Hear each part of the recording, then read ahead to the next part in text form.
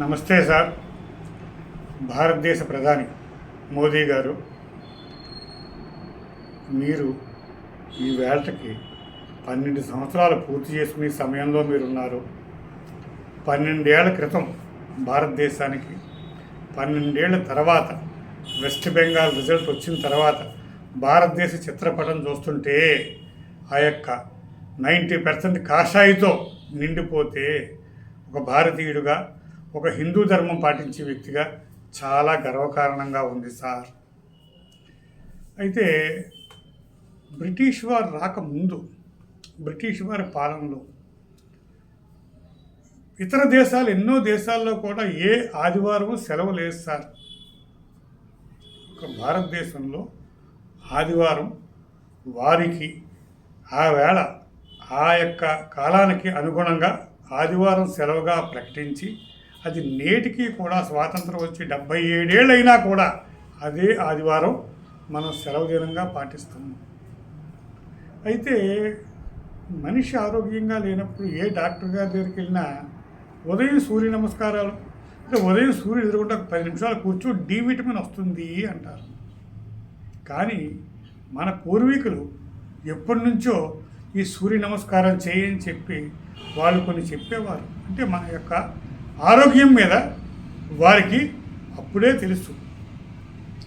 అయితే నేటి ఆధునిక సమాజంలో ఈ సాఫ్ట్వేరు, అలాగే పిల్లలకి భక్తి అన్నది హిందూ ధర్మంలో కొంచెం ఇప్పుడిప్పుడే సనాతన ధర్మం అంటూ మొదలుపెట్టిన తర్వాత ఆలోచన మొదలైంది.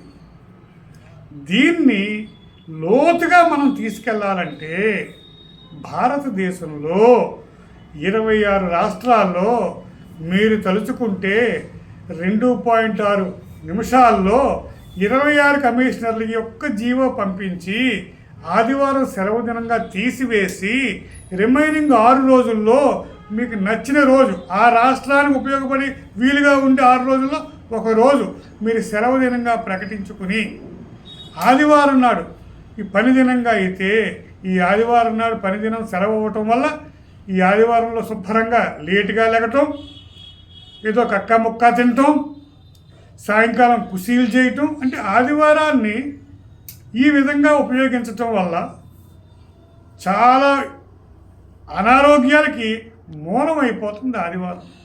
దీన్ని మనం మారిస్తే ఆదివారం డ్యూటీకి వెళ్ళాలంటే ప్రొద్దుటే గవ్వ తక్కిన రోజుల్లో లెగిసి అని చేస్తాం వల్ల మనిషి ఆరోగ్యము బాగుపడుద్ది.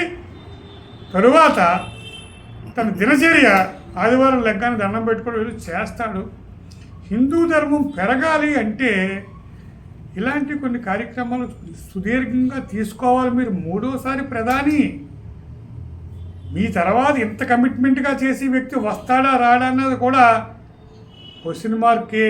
ఎందుకంటే మీకున్న చిత్తశుద్ధి, మీకున్న అపార కాళికాదేవి భక్తి కొన్ని మీకున్నాయి. అలాంటి వ్యక్తులు అంత త్వరగా వస్తారని చెప్పి ఊహించడం కూడా ఓ హిందూ ధర్మ వ్యక్తికి అనుమానమే. అందువల్ల మీ కాలంలో మొదలు పెడితే రాబోయే వ్యక్తి దీన్ని ఆచరణలోకి పెడతాడు. అదేవిధంగా ప్రతి దేవాలయాల్లో ఏ పూజ ఏ సమయంకి జరుగుతుంది, ఏ పూజ ఎప్పుడు జరుగుతుంది, ఏ కార్యక్రమం ఎప్పుడు జరుగుతుంది అన్న విషయం మీద ఒక చార్ట్ అంటూ ఉంటే ప్రతి భక్తుడు ఆ చార్ట్ చూసుకుంటాడు. ఎందుకంటే ఈవేళ దేవాలయాలని కమర్షియల్ కాంప్లెక్స్లుగా తయారు చేసేస్తున్నారు. అంటే దేవాలయాల మీద ఆదాయం చూసుకుంటాకి శ్రద్ధ చూపుతున్నారు తప్ప 20 రూపాయల టికెట్, 30 రూపాయల టికెట్, స్పెషల్ టికెట్ అంటే హిందూ భక్తుడిని ఈ టికెట్ పెట్టి దూరం చేస్తున్నారు. ఎందుకంటే ఓ చర్చికి వెళితే నో పైసా ఖర్చు, ఒక మస్జిద్కి వెళ్తే పైసా ఖర్చు లేదు, ఒక బుద్ధిస్ట్ గుడికి వెళ్తే లేదు, ఒక జైన్ గుడికి వెళ్తే పైసా ఖర్చు లేదు. అంటే హిందూ ధర్మం మీద భక్తులని, ధర్మానికి దగ్గర చేస్తున్నారా, పరోక్షంగా దూరం చేస్తున్నారా? మీరా కాషాయం పట్టుకుని ఏకఛత్రాధిపత్యంలాగా అశ్వమేధ యాగం చేస్తున్నారు. మీ అశ్వమేధ యాగాన్ని ప్రతి రాష్ట్రంలో ఆయా ముఖ్యమంత్రులు, ఆయా కమిషనర్లు, ఆయా దేవాదాయ శాఖ మంత్రులు సంపూర్ణంగా పాటిస్తున్నారా? ఒక హిందువుగా అడుగుతున్నాను మిమ్మల్ని. ఎందుకంటే జై మోదీ గారు అంటాం కాదు, మోదీ గారు మాట ఇక్కడ పాటించినప్పుడే అక్కడ విలువ జరుగుద్ది. హిందూ ధర్మాన్ని పెంచండి, ఆదివారం సెలవు ఇవ్వండి, తక్కిన రోజుల్లో ఆ యొక్క రాష్ట్రాలకు వీలైన రోజు 6 రోజుల్లో ఒక రోజు వారికి పెట్టుకోమనండి. దానివల్ల ప్రతి రాబోయే యువత ఇప్పుడున్న సాఫ్ట్వేర్ వాళ్ళకి గూగుల్లో కొట్టుకుంటే నియరెస్ట్ ఏ గుడి ఉంది. అలాగే హిందువులు ప్రతి రోజులో ప్రతి వారంలో ఒక రోజు తప్పనిసరిగా గుడికి వెళ్ళాలని మనం కింద నుంచి ఆర్ఎస్ఎస్ వారి ద్వారా ప్రతి గ్రామంలో చిన్ని రామాలయం దగ్గర నుంచి మా యొక్క రాష్ట్ర ప్రధాన గుడి తిరుమల తిరుపతి దేవస్థానం ఏడుకొండల స్వామి గుడి దాకా ఈ యొక్క సిస్టమ్ వచ్చేయాల. దేవాదాయ టికెట్టు సామాన్య మానవుడికి అందుబాటులో ఉండాలా, అలాగే దర్శనం అందుబాటులో ఉండాలా. అలాగే ప్రభుత్వం ఇప్పటిదాకా గుళ్ళ మీద ఆదాయంతో ప్రభుత్వాలు బతికేస్తున్నాయి. ఇతర మతస్థులకి కంటిన్యూగా వారి యొక్క డబ్బు వాళ్ళు ఇస్తున్నారు.